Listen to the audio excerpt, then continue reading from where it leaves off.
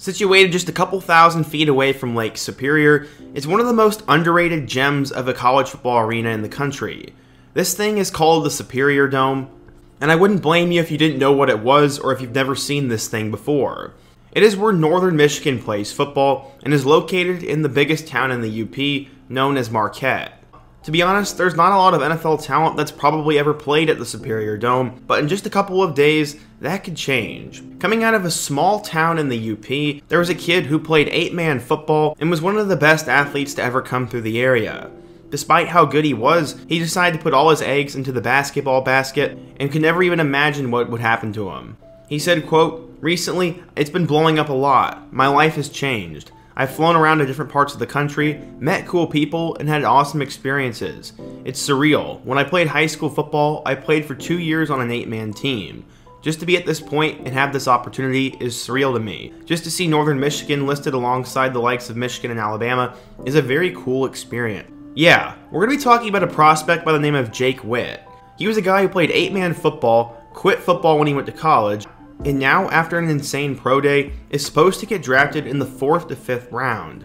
This year, Jake Witt is the feel-good story of the 2023 NFL Draft, and I'm going to introduce you to who this guy is. But before we get started, quickly be sure to leave a like, subscribe if you love college football content, turn on post notifications so you never miss when I upload, and let me know what player, team, topic, or situation I can cover in my next one.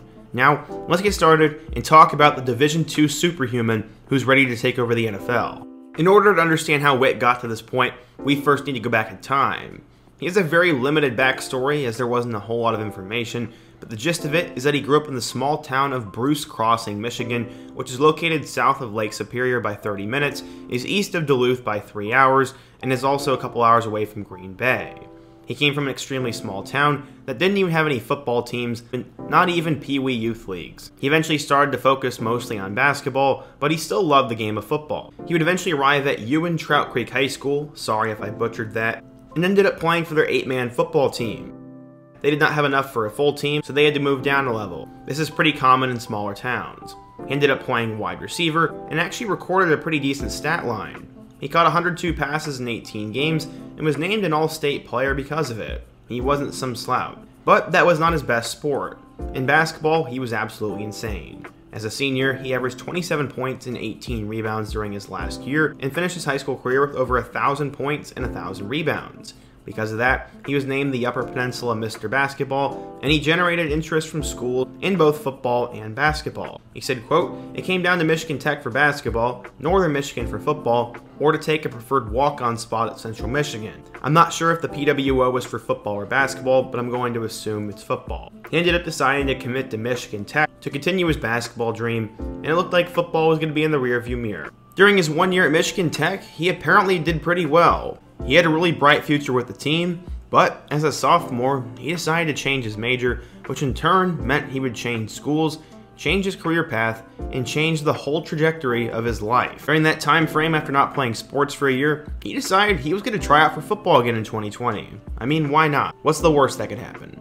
At the time, he joined Northern Michigan's team as a tight end, but soon after he joined, the season was canceled due to everything going on in the world. When he got to NMU, coaches saw this guy as a gem. Witt said, quote, "I was a tight end for 2 years on the team. That was originally my natural position at my size. At the time, I was 6'7" and 265 pounds. With my previous basketball experience and my hand-eye coordination, I was a good fit for the position." But just like Cody Mock did at NDSU, they eventually moved the guy to tackle, gave him some weight, and he absolutely exploded, and in one game in particular, it was on full display. As he sat in his locker during halftime against Ferris State, he saw his head coach coming towards him with a new jersey. It was number 65. That was not a tight end's number, that was an offensive lineman's number. Witt had never played or practiced on the offensive line before, but his size made him the next man up after some injuries, and he said to himself, "Oh no." Just 3 games into the 2021 season, his life would change for good. He said, quote, "Midway through the Ferris State game, we had an injury on the line, and we had to shift things around, and I ended up having to play right tackle for that game. It was definitely going to be a rude awakening for him. The guy he was going to be matched up against was not some slouch. It was a player by the name of Caleb Murphy. In 2022, Murphy set the NCAA single-season record with 25.5 sacks and tied the NCAA record for TFLs with 39. Ferris State would repeat as national champion. This was not going to be an easy matchup, and to make matters worse, Murphy had already had 4 sacks in the first half. When Witt was matched up against him, he was shut out in the final 2 quarters of the game, and Witt had just changed the game.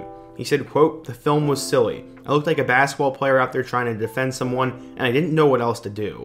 After that, the coaches were sold. He would play right tackle for the remainder of the season before moving to left tackle in 2022. After spending the whole year there, he ended up playing in 14 Division II college games, and while he was probably a decent player, there was no reason to think he would even sniff the NFL. I mean, there were plenty of guys at his level who were probably the same size and started just as many games or more. But his pro day performance would change everything for him. He's been seen as one of the biggest risers in the 2023 NFL Draft, as just a couple of months ago, he was not even ranked inside the top 400 prospects, but recently has moved himself to that day 3 area. Why is that? Well, I said it's because of his pro day.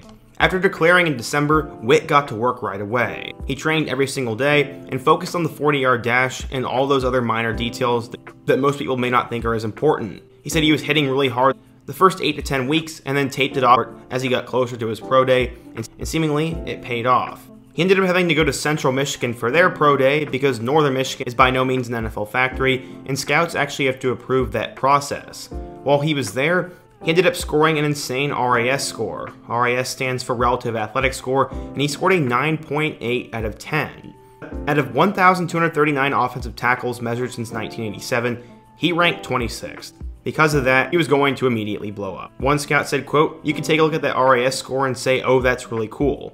No, it's literally one of the best of all time in his position group, and to put that in perspective, that's usually a first, second, or third round pick." He had an insane score and trained really well, and apparently 30 out of 32 teams ended up talking to him, and one of the things scouts were very concerned about before it all was his weight. His trainer said, quote, "Jake's worked his tail off. He put on about 20 pounds of muscle in the past 10 weeks. That was a major concern for a lot of scouts, and they wanted to make sure that he could get over 300 pounds, and he did that. He got up to 302, and his height was 6'7". So yeah, the guy got to his proper weight, had an insane athletic score, and to go along with that, he's a really stand-up player. What he did at the Central Michigan Pro Day was not normal, as one guy came up to his trainer and said, quote, "Hey, your numbers are phenomenal. Your ability to move and his body of work came together, and when he was done, every scout in that building came up to him. It was almost like he was doing a press conference. I've been to pro days every single year, and I've never seen something like that before." Witt himself commented on it, as he said, "After the pro day, it was insane. I've spoken to almost every team since then in the past 2 weeks, and I've flown out to some visits, and I'm going to fly out there some more. It has really just blown up. It's pretty crazy that a kid from a tiny town in the UP is having this kind of success, and as I started out today's video with that quote, it's just surreal for him, his family, and everyone involved. Personally, I got to spend a lot of time in Petoskey, Michigan last summer, and it's really one of the most remote and beautiful areas of the US, and everyone I met there was awesome. I also traveled up there and was pretty close to Marquette, and it's really cool seeing that an NFL player could come out of here. The UP doesn't get a whole lot of attention, and this is definitely a driving force for him." He said, quote, "The UP support is huge for me. It's something that I've embraced, and I'm just going to go out there and show that there are no boundaries for people or kids from the UP.